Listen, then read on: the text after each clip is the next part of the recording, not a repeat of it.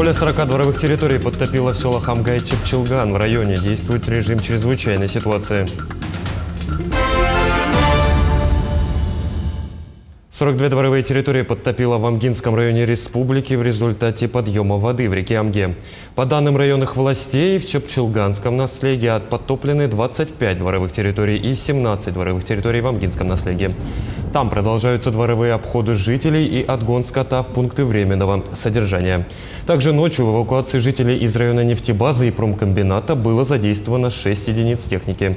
Пунктом временного размещения пользовалась одна семья. Напомню, с 19 мая на территории района действует режим чрезвычайной ситуации. До особого распоряжения приостановлены все мероприятия. По последним данным, уровень воды в реке Амге составил 951 сантиметр, при критическом 925. Рост уровня воды продолжится. На данный момент на населенных пунктах Амга и Чепчелган подтоплены. В Чепчелгане 28 дворовых территорий, Амга 17 дворовых территорий. И подтопленных, затопленных жилых домов нет, социально значимых объектов пока нет, но все равно ожидаем в течение дня еще повышения уровней. Мы сейчас мониторим каждые 2 часа, и каждые 2 часа по 6, по 7, по 8 сантиметров добавляет.